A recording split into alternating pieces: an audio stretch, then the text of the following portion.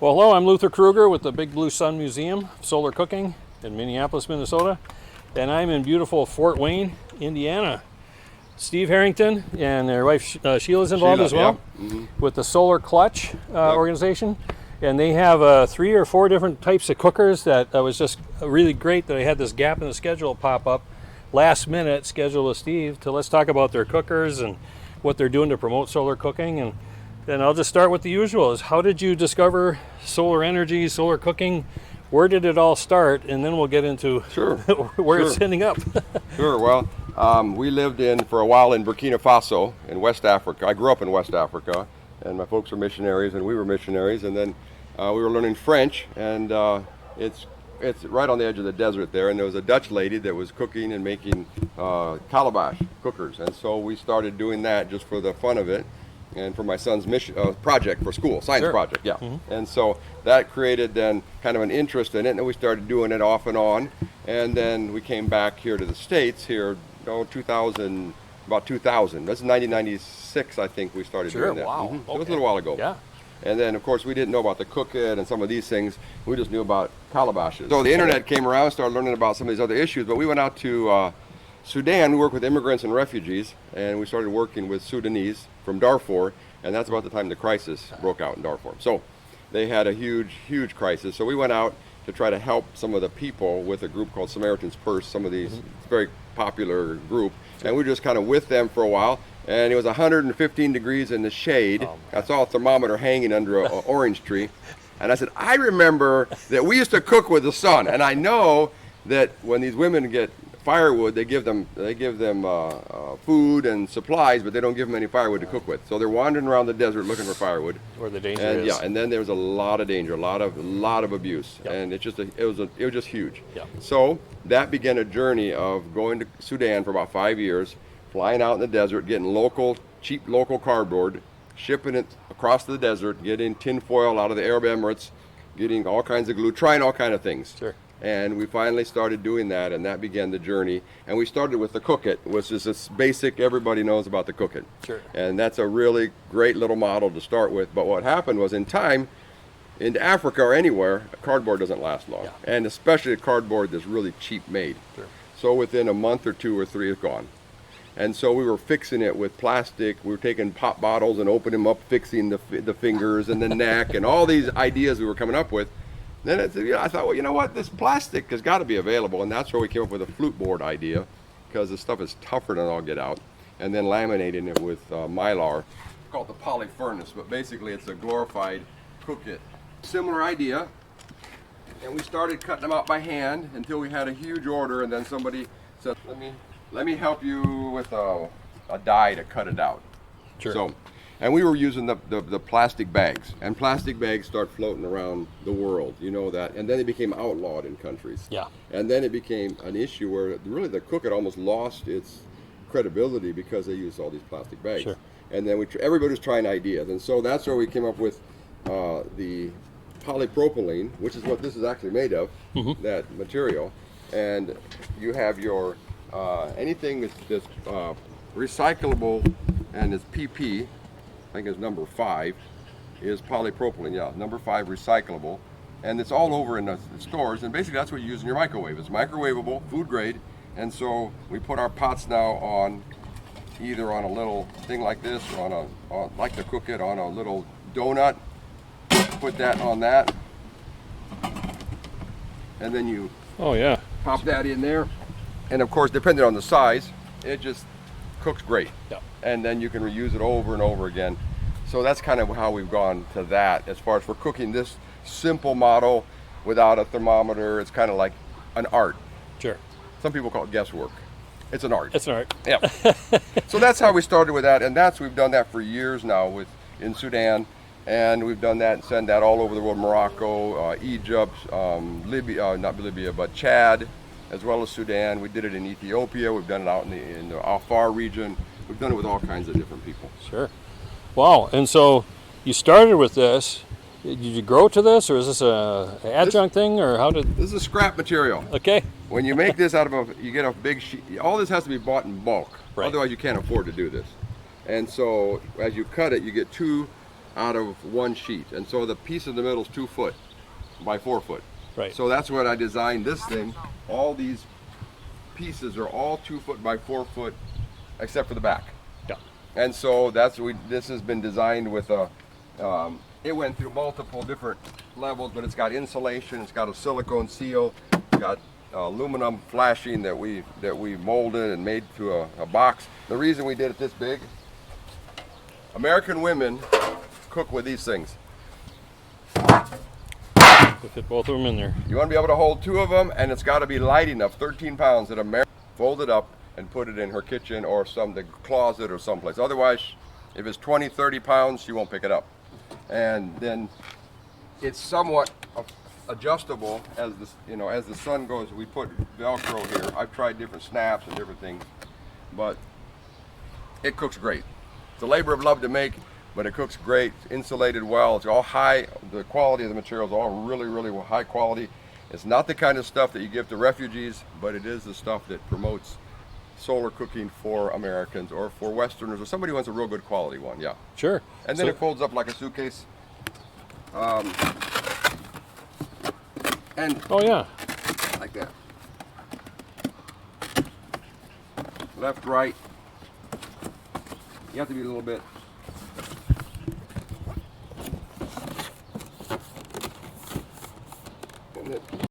So.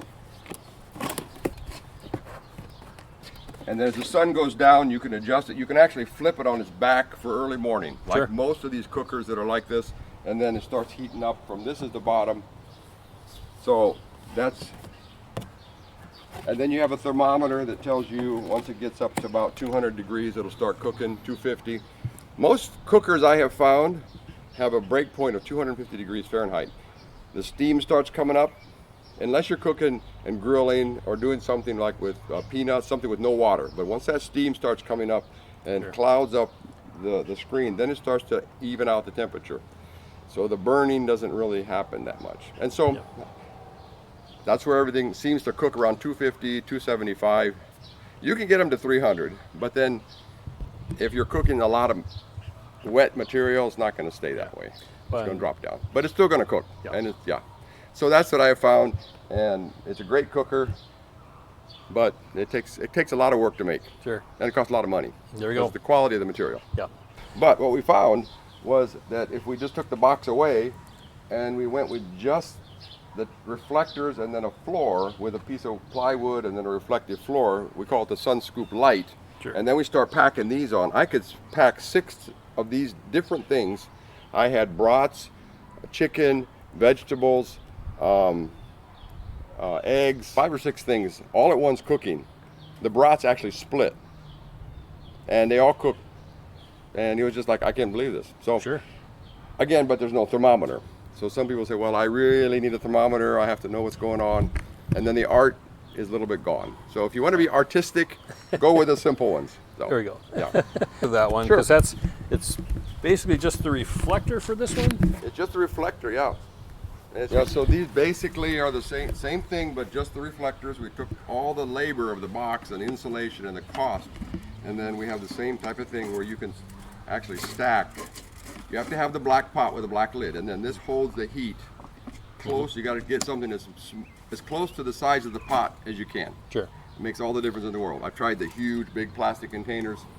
Doesn't work very good. Yeah. And then you can stack them up and put them on actually on top of each other, and then it folds up in about 2 inches wide, which is another plus. Where some women will say, "Oh, this is too big. This takes too much space." Where this is only 2 inches, and then you can slide it in behind something. Yep. So for camping, this is great. And it's got a little handle, and you fold it up just like the other one. Sure. Yep. It reminds me of the tiffin pots that they use a lot in India, which is 3 stack pots that are kind of clipped Yep. together. Only this is with the greenhouse built in on the outside and so forth. The multiple dishes at the same time. I mean, that's a major plus. Put a Yeah. bigger pot on. That's Yeah. what I found, and that's the hard part. We have a lot of small pots, and so that's a change of the Yeah. way of life. That's the biggest problem for all this, and also people that are poor. Yeah, The neighbors come over and are in their business, sure. and they say, "What's this? What's this? I want to taste it. I want to see what's in the pot." Yeah, And you can't say no because then you're considered stingy or Yeah. selfish or and that becomes the social problems. Sure. Those are always the issues. It's not the cookers. These cookers all work, and Yeah. all of them out there work probably about all the same. Yeah. They're great. yeah, Yeah, it's really that's about Yeah. the main issue is the culture. But even here, sure. you Yeah, yes. we're in a hurry. Yeah, I don't have time to put it out and go across town and come back in time, so therefore I'm not going to bother. Right. And so, Yeah. those are issues. And you're catching the energy, the batteries or the sticks, basically, yeah, for fire. yes, yes. And you're catching it before that. So what happens if someone cuts your power off? And you never know that for sure. Right. And that's always the tricky part. Yeah. Which brings us to that one. Now Yeah. this we got to get all the This is cameras on. This is the monster. Okay. This is the fire dragon. Yes. Dual purpose with the rocket stove. Yeah. I have never seen that before. That is unique. What is this? It's a beast. It's a beast. Well, I grew up in Africa, and I've lived in Africa, and I've traveled Africa, and the problem with almost all of our cookers, if they're really good, nobody can afford them, or the rain, just Africa destroys them too. And then again, it's the big thing is the clouds. What if it happens if it's a cloudy day, or partially cloudy? And so the women are not your entrepreneurs generally, some are. Then they say, well, I'm done with this. I'm gonna go cook on the fire, like I've always done. And they never go back to cooking with a solar oven. In fact, I was in Darfur in Sudan where they had one of the best cookers out there, the Sun oven, top of the line cooker. Right. Yeah. And they were using it to keep their stuff in. Yeah. Because of the same principle. It didn't work 100% of the time. It was a great cooker. Sure. So what do you do about that? So I thought, well, you have a 55-gallon drum. You can find a metal drum for $15, and you can cut it in half. Now you got $7 for your frame. And then you can get insulation almost anywhere in a modern city. And then, so we insulated a 55-gallon drum. Now I put a silicone seal here, which you'd have to put, I've used inner tube before, because it's not true rubber anymore. It really can handle heat. And then we put a firebox through basically a rocket stove, which is a high efficiency stove that you can make for yourself, and it runs on twigs and sticks, and then you just stick a whole bunch of twigs in here, and you can use this to keep the firebox. Anyway, you get that thing going, and it'll roar through here. And I ran the chimney through the middle of this, inside the middle of the insulation, out the top. So now when it comes out, it'll actually be spitting flames out of this thing. It'll be so hot. And you put a pot on the top and riveted that or screwed that on, and then that's where the chimney comes out. And then you can put a pot on there and make your whatever omelet. 15 minutes it'll boil water. Make an omelet, make your soup while you're waiting for your food to cook. So the front of this gets really hot, like about 400. The back's not quite so hot so that's kind of still an art. And so you cook your bread or anything on the front, and you may have to lift it up. And then we've done legs of deer and roasts in here. And then when you have sun, these things will run it as well as any of these solar ovens. So this is quite large, and they'll reflect the sun in here. And then because of insulation, you got you can get up to your 250, 275. It won't. I don't think it'll do quite 300, but well enough to cook anything you want to cook. So on a sunny day, you cook with this. If the sun goes behind the cloud, you get that fire going, and you can use it for both. And so that's the idea. So we've kind of made this for Africa, for Kenya, and we're going to try to implement this someday in the future when COVID is done and we can get out there and start making different models, perhaps, that can be left outside. We've made them with steel here before because wood will fall apart again if you just leave it outside. That's the one struggle. But otherwise, the whole idea is to have what can you do to maximize solar cooking and then an alternative hybrid of some sort that they can get fuel for, rather than electricity or gas, which they're not going to be able to get. And then these reflectors then are adjustable according to where the sun's at, the yellow holes in here. And then when you're done, you just fold them down. Yep. And then this is adjustable too. Might do a different hole. So depending on where the sun's at, so you just basically put the reflector up or down, and then when you're done, it falls away. And then I have a little case to put over top of it to keep the rain off. Sure. This is just ordinary window glass, or is it tempered? Oh no, this is tempered glass. Okay. But you can get ordinary window glass if it's thicker. This is actually not quarter inch, but it's pretty. No, I don't think this is tempered glass. I think this is regular glass, but it's held up fine. Yeah, because your temperature is not reaching 500 degrees, and it's thick. It's not your little, not 1/8 inch. It's a little bit thicker than that. Yeah. So you could use regular glass. This is tempered glass. That's special glass that I had ordered. This is just, the idea is, what can they do? So if I go too far out on a limb, then nobody can copy it. Okay. Or if they do, it's open source. Exactly. Well, it's all open source. Yeah.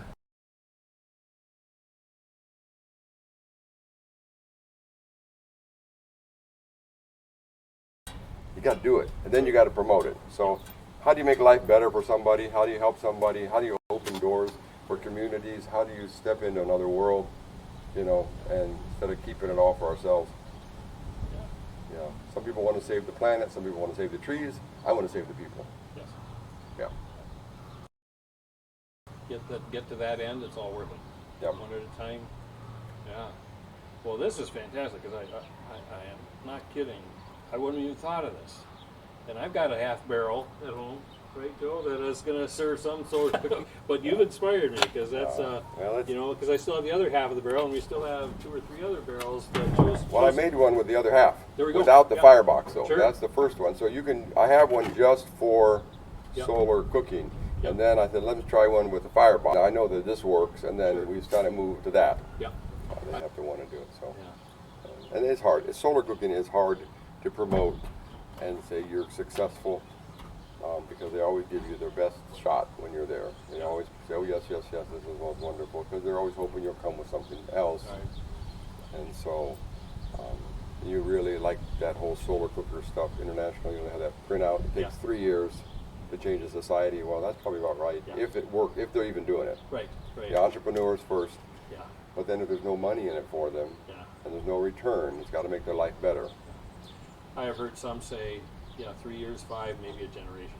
I mean, there are some things that are so ingrained, and things have to really either just become desperate overnight. And then you're talking Darfur and the refugee camps and all that, which is a different matter. But once maybe things settle down, they get home, and it's like, oh, we're back to the wood, or charcoal. But even to change from, my friend from Sudan said for his mother refused to use charcoal for quite a while. Yeah. From the food with charcoal, just that move. Yeah. And then finally she got used to it and accepted it, but that was using everything the same, just a charcoal pot. So they're really pushing, I think, cook stoves over this, and that's why I went with this too. I said, okay, well, there's no way solar ovens are going to dominate or win in the global, a global reception, unless we do something that's somewhat hybrid that makes it viable on both ends. Yeah. And I have heard this, where the organizations that are really trying to funnel the big dollars into projects, they will say that, well, we can't look at solar because it's not 24/7.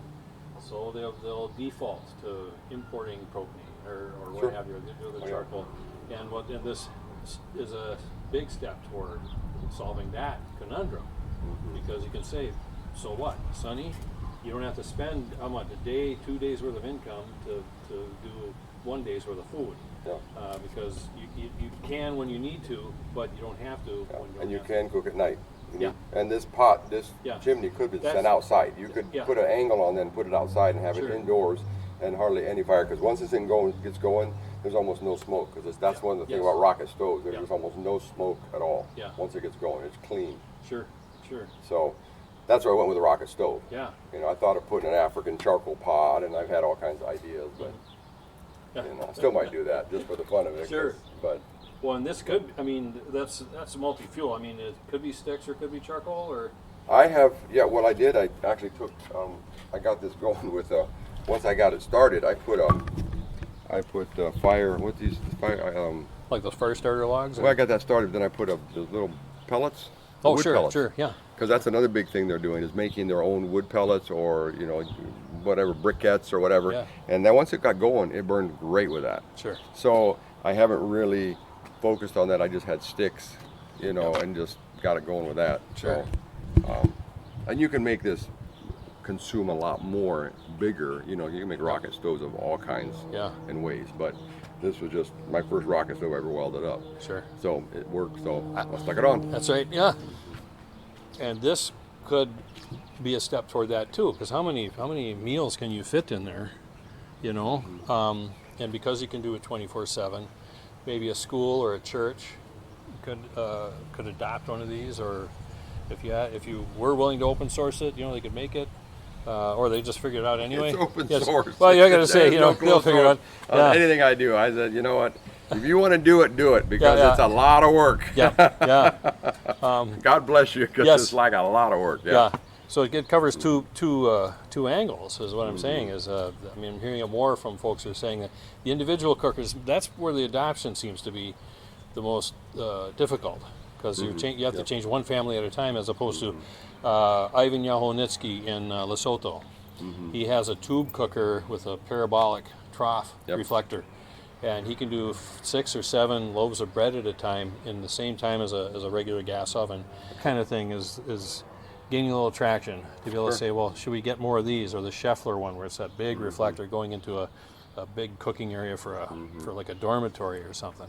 So that's the appeal to me. I'm looking at this and thinking, maybe a little larger scale even. You could probably do, I don't know, how big can you get, as long as the reflectors are proportional. And you can make them bigger. You can make the reflectors bigger too. Yeah. To get more heat.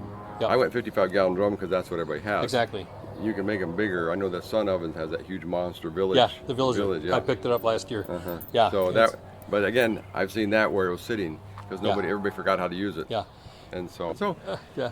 it's just like, and then when a woman loses her value of cooking, you take it away from her. You've stolen her identity. You better give her something else, like teach her how to sew, teach her something while it's cooking. Sure. Because that's where she gets her value of her family, of her identity, of everything. And you just walked in and taken that. Now that she's sitting there with nothing to do and no value. Yeah. And that is another thing we don't realize. And so we have to give her something that helps her move on out of that. Yeah. Yeah.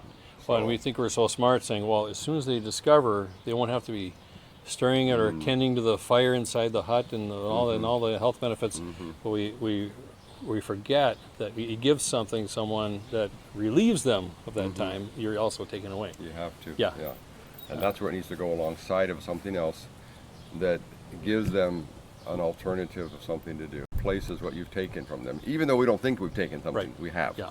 And that's what we don't realize. And so culturally, that's one of the huge aspects. Yes. Sure.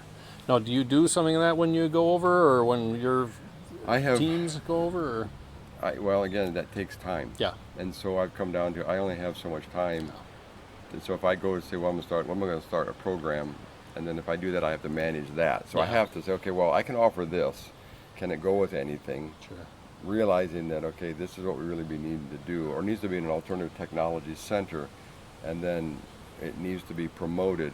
The people that are on the ground need to promote it in a way that's culturally relevant. I cannot come in and walk into their culture, and I can know West Africa, the village I grew up in, but I don't know the rest of the cultures. And what am I doing, and what am I taking away? And then, in Sudan, when I started with these cookets, had no cookit came with me. Everything was on the airplane, no material. I happened to have a paper model of a cookit in my backpack. That was it. So I got some old boxes found in the market. This is in Darfur. We taped them together with duct tape. We got some tin foil that was just junk tin foil. We found an opaque bag. That's all we could find. And then we were going to cook with it, right? And then a lady comes in who was a professor of solar energy. And she sits and she was all miffed because she didn't get invited. And she said, this will not work. And so my student says, well, our professor says it will work. And so tomorrow we'll have a showdown. And we're going to cook bread. And I thought, oh, Lord. Uh-oh. And so we had an African pot you know, round pots that Sure. they had, and we had tried putting stuff on there. We ended up painting them, but for a while we tried charcoal, and we had this opaque bag, right, in this junky old cardboard thing, and we were making bread of all things. You know, I thought, Lord, I don't even know how to make bread here, you know. So I set the thing out, and while we were talking for about an hour, it rose, stuck it in the thing. That's what the video is. When those women were on YouTube Sure. of a Darfur. That was so huge because that won. She never came back again, and I won them over. But had I failed there, it would have been done forever. Oh yeah. So the first time around always has to be successful, Sure. no matter what you're cooking. So cook cookies. Sure. That's what the guy with Sun Ovens. Yes. He cooks cookies. He Yeah. says because that's always a winner, always succeed, and everybody likes it. Sure, Yeah. sure. And so I've learned that too. So Well. yeah. So. Well, cool. So the future is going to keep kind of pacing yourself, making these for local market. I have that's why I built this place just to have upstairs, make some. But Sure. I don't do it for a living. I'm a missionary. I work with immigrant refugees. Yeah. But if someone says, "Hey, come," I'll go to Kenya now, and so that's probably the next thing. How can we tie this in with a community center? How can we make one locally? The welder had a great idea out there. He says you can make a thing that rolled out, which is great. Instead of sticking your hand in there and burning it. Yeah. And I said, that's a great idea. Put it on kind of rails, and you can Sure. pull your rack out, put your plate, your pots on, slide them in. I said, smart. I said, we'll make one. So COVID hit. Yeah. So we're going to see what we can do, and there's all kinds of things to try, and that's what I do. I like to experiment. Sure. I'll let somebody else promote it and Sure. make it successful and great. That takes the joy out of it if I work too hard at it. So. Yeah, you got to enjoy what you're doing. I enjoy inventing it, designing them, trying new stuff, and but to say, I'm going to make a living on this and just be, spending my life upstairs in the attic making solar ovens so other people can, way too much work. Yeah. Well, and I can tell you, looking at this is, you'd have to put this in front of a fast-moving train. I mean, this is well built. You know what you're doing. It's solid. I could learn a tick or two or 10 from you for how to make a nice solid cooker. But I just love this. That's incredible. I mean, you're recapturing what would just otherwise be exhaust here to cook some more. Oh, yeah, and that is hot. That thing is hot. So that's great. Yeah, you can. Yeah, and then. Yeah, so they can do their traditional cooking here and bake here, all in one shot. Sure. Yeah, or just bake with it. Well, there's lots of things out there, and they're all good. Yeah. A lot of these cookers are all good.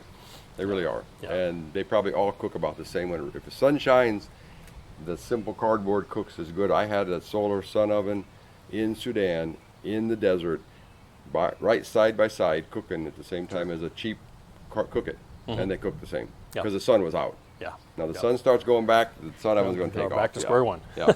And that's okay. Yeah. That's just, but that's why I think, well, it's not so much, we've reached our max of what we can do pretty much. You can increase the heat, but now the big thing is getting it involved in the hands. People are accepting it. And that's why you have to try other things. Yeah. You can make all designs. They all work. Yeah. Yeah. Angle it here, it's going to cook. Yeah. With Put in a tire, it's going to cook. Yeah. I don't care. If the sun's out, it's going to cook. We all know that now. Yes. Let's find out how do you make this happen in their culture and how they start doing it. Great. Then you win. If they start doing it, they will promote it. Yeah. Your website, is it Solar Clutch? Solarclutch.com, yeah. Solarclutch.com. Great. Yeah, check it out. Yep. Yeah. So, Thank you. thank you. Okay. Yep. Very good. Yep.